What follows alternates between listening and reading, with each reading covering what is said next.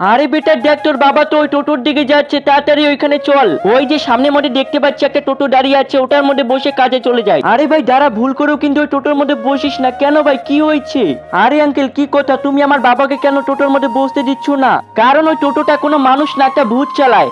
আরে আঙ্কেল তুমি এটা কি বলছো? ওই টোটোটা একটা ভূত চালায়? হ্যাঁ, ওই টোটোর মধ্যে যে বসে সে একদম অজ্ঞান হয়ে যায়, তারপরে ওই টোটোওয়ালা ভূতটা তাদের একদম ফাঁকা জায়গায় গিয়ে নিয়ে একদম মেরেই ফেলে। আরে আঙ্কেল ওই দেখো, ওই দুইটা ছেলে ওই টোটোর মধ্যে বসতে যাচ্ছে। ভাইয়া স্টেশনে যাবা? হ্যাঁ যাবো, এই তাড়াতাড়ি করে বস। আরে বাপরে বাপ, এটা কি হচ্ছে? হা হা হা। আরে আঙ্কেল ওই দেখ, ওই দুইটা ছেলে তো একদম অজ্ঞান হয়ে গেল। আর ওই টোটোওয়ালা ভূত তার সাথে নিয়ে যাচ্ছে ওই দুইটা ছেলেকে মারার জন্য। তাড়াতাড়ি কিছু একটা করো আঙ্কেল, তাড়াতাড়ি চলো সবাই, তাড়াতাড়ি করে এখানে চলে। এই অটোওয়ালা ভূত তাড়াতাড়ি করে দাঁড়া বলছি। হা হা, তোরাও তাহলে আমার হাতে মরার জন্য চলে আসছিস? হ্যাঁ মরবো, সেটা আমরা না, তুই এই তাবিজ ওই অটোর মধ্যে বেঁধে দে না। তারপরে ভূতের টোটোতে যখনই আমরা তাবিজ বাঁধি সেই ভূত মারা যায় আর দুইটা ছেলে ঠিক হয়ে যায়।